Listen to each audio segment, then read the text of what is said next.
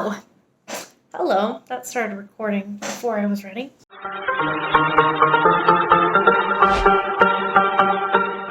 Well, what's up, you guys? It's Sophie again, and today I will be redoing some of my old nail art. But before we get into that, I just wanted to remind you real quick to like, subscribe, and follow me on Instagram at happynail.utah. All right, let's get into the video. Okay, so I have a few old Instagram posts. These are actually back from 2012. And I wanted to go ahead and recreate one of these. And I'm not sure which one I want to do today, but I'm leaning more on this fall-inspired nails. Because I think now I can do a much better version of this. So and it's September right now.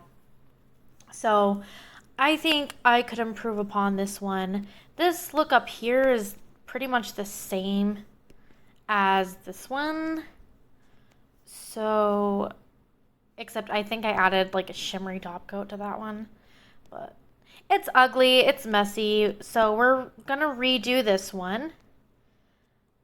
And we'll see how it turns out. So at this point I had already picked out my colors. And now I'm going to prep the nail. And because this is a plastic finger and I'm lazy and I just wanted to do nail art today, the only thing I'm doing is just sticking Polygel onto the surface of the nail. I'm not putting primer or base coat or anything like that because I do want it to pop off easier. So I'm just applying a thin layer of clear gel by Beetles.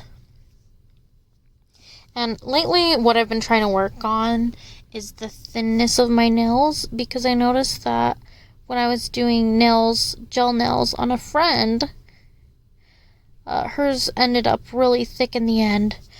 So I'm really trying to work on making sure the nail is thin enough. Call me weird, but this is my favorite part about using dual forms. Oh, yes, I love that sound.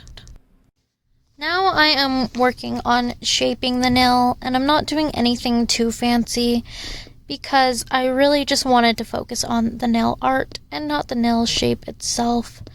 But I think I am getting pretty good at getting a better and better shape each time I do nails.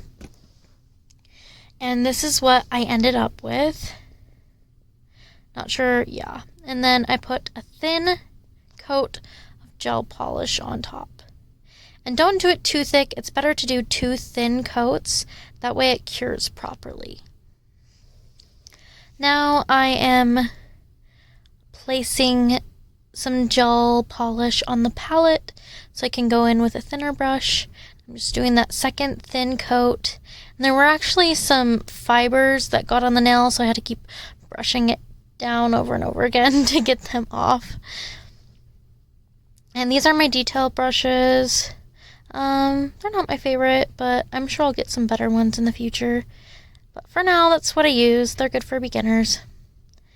And just before you know how to take care of your stuff properly. They were only like $8, I think, or $9.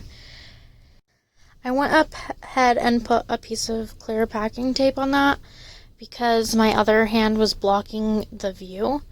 You're not really getting a good view right now either, but I will get a tripod soon so you can see from a bird's eye perspective. I'm painting on the branches, and in the top right, top middle, top left corner, whatever, you can see that I'm using a reference. I'm not trying to copy it exactly. I just want to see what shape the tree branches look most natural in. And then I am going over those tree branches with the dots. I do want the branches to show through, just a few of them.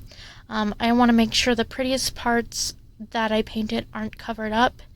And I really went a little too heavy-handed there on the lower portion of the tree because I was trying to hide an ugly branch that I made, and it kind of just looks like a globby mess.